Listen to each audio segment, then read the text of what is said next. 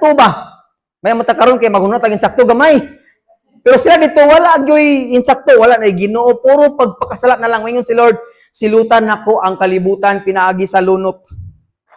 Tungod kay nagbuhat silang sala, pati yun niya. Amen? Muna nga sa tong kinabuhi, ayaw gid sige pagkasala. Nga naman ingon ang Bible, pisan pag Christian ka, sayo kang muuli sa langit. Sa may ganang muulig sayo sa langit dire, isang kamot. Si pastor man. Wala ka naging courage nga magpakasala, ha? Ay, magpakasala ko, kay muuli kog sayo sa langit. Kung Christian ka, ayaw pagpakasala. Pero ang silot sa Ginoo, pag once nga ang tao igsoon, magbuhat og pakasala, walay Dios sa kinabuhi, silutan.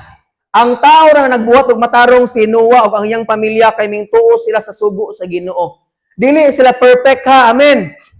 But mingtuo ra sila sa Ginoo nga silutan ning kalibutan ang mga tao dito, tuom ka na, tuom ka ng pastor gawali diha nga dakong ilong.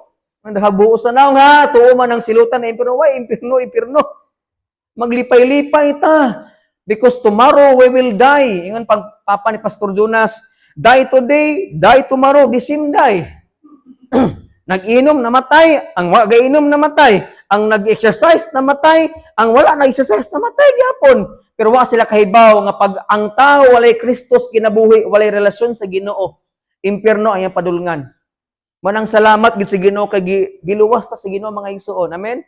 Na ikaduha nga point diha kanang Sodoma o Gomora.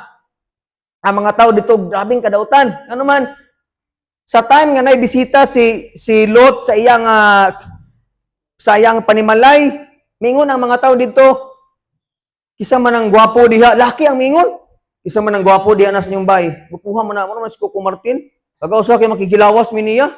Grabe. Mga laki to ha na ingon si Lot, ang kong anak na inyong hilab TV kay mga bisita na kuni. Dili, ganahan mi ng mga laki. No, may mga rekog lawas, ingon to sila.